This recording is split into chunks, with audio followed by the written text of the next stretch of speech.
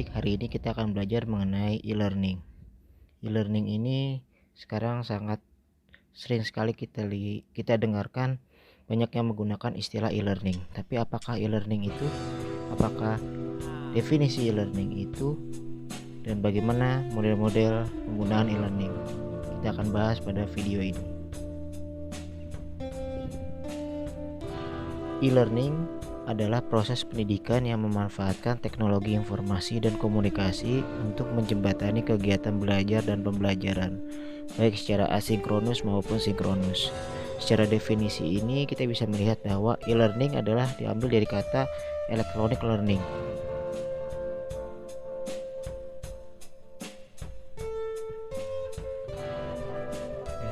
Learning artinya belajar. Berarti belajar dengan menggunakan alat elektronik. Saya sudah menulis di bawahnya bahwa secara sederhana sebenarnya adalah pembelajaran yang diberdayakan oleh teknologi elektronik.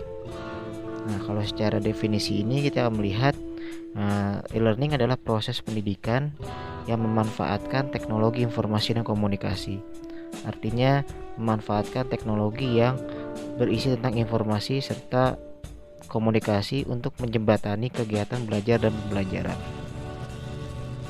baik secara langsung ataupun tidak langsung, sinkronus maupun sinkronus. Jadi ada istilah namanya online, namanya offline. Kalau online kita menggunakan internet secara langsung.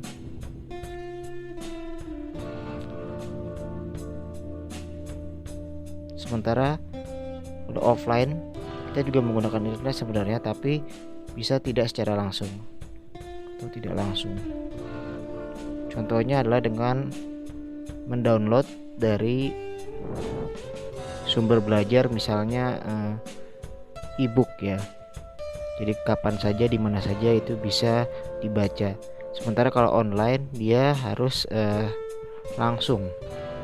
Jadi kalau misalnya internetnya terputus berarti tidak bisa belajar karena tidak bisa melihat atau mendengar apa yang dijelaskan oleh tutor.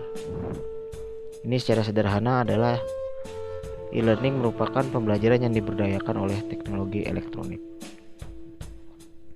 Kemudian ada unsur-unsur e-learning.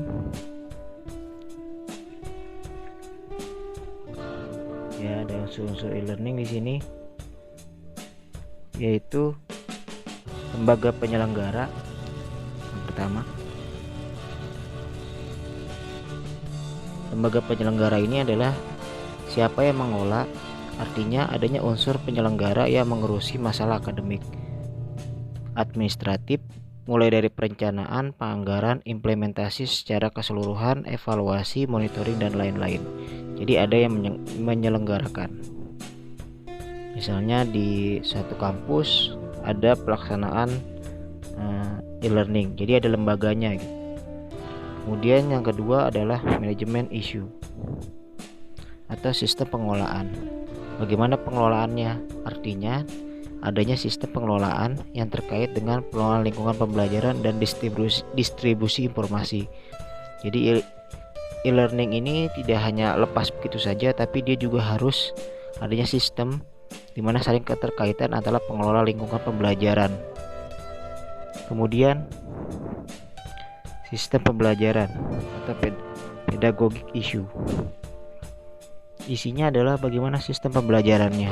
Artinya adanya sistem proses belajar dan mengajar yang meliputi apa yang dipelajari, apa tujuan pembelajaran yang ini dicapai, siapa yang belajar, bagaimana strategi pembelajarannya, baik itu melihat dengan desainnya, metode, dan media atau teknologi yang digunakan untuk mencapai tujuan belajar, dan bagaimana hasil belajar itu diukur.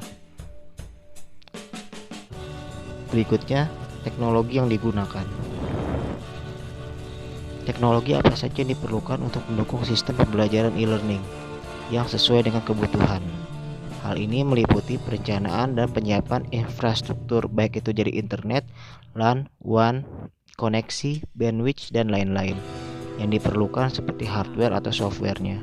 terkait yang diperlukan serta pendukung-pendukung lainnya.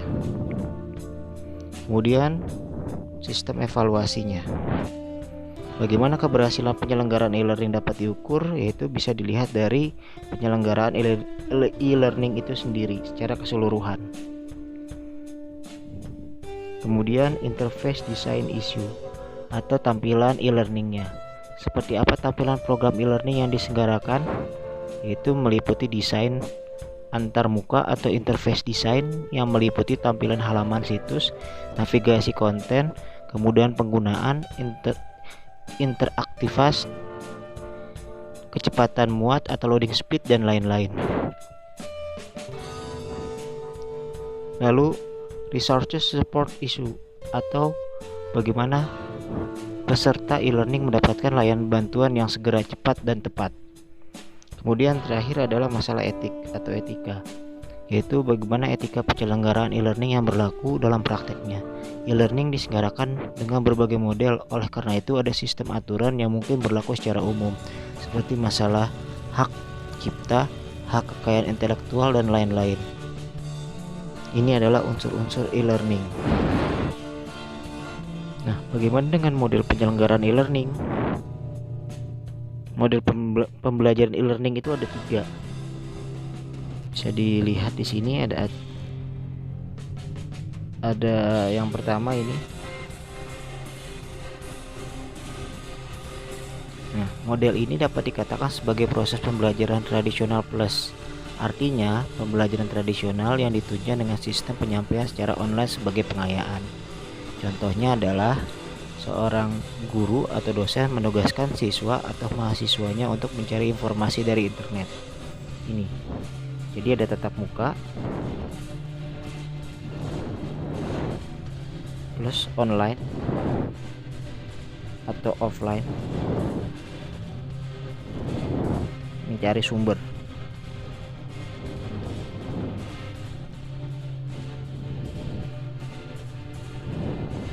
Kemudian yang kedua adalah metode blended, yaitu menempatkan sistem penyampaian secara online sebagai bagian yang tidak terpisahkan dari proses pembelajaran secara keseluruhan. Artinya baik proses tatap muka maupun pembelajaran secara online merupakan satu kesatuan. Nah, contohnya adalah kalau ini ada tatap muka, ada online. Misalnya dalam kampus itu ada 16 kali pertemuan,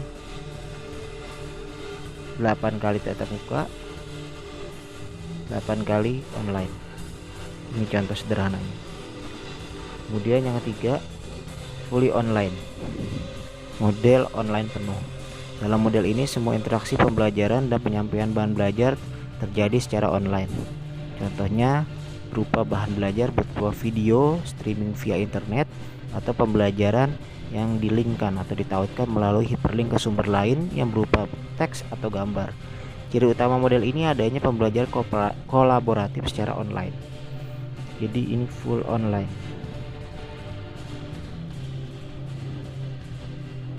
Dengan adanya pandemi ini, sepertinya kita masih terfokus di nomor 3, yaitu full online. Sumber rujukan teman-teman bisa membaca di buku Mozaik Teknologi Pendidikan e-learning dari Dewi Salma Prawira Dilaga. Sekian dan terima kasih.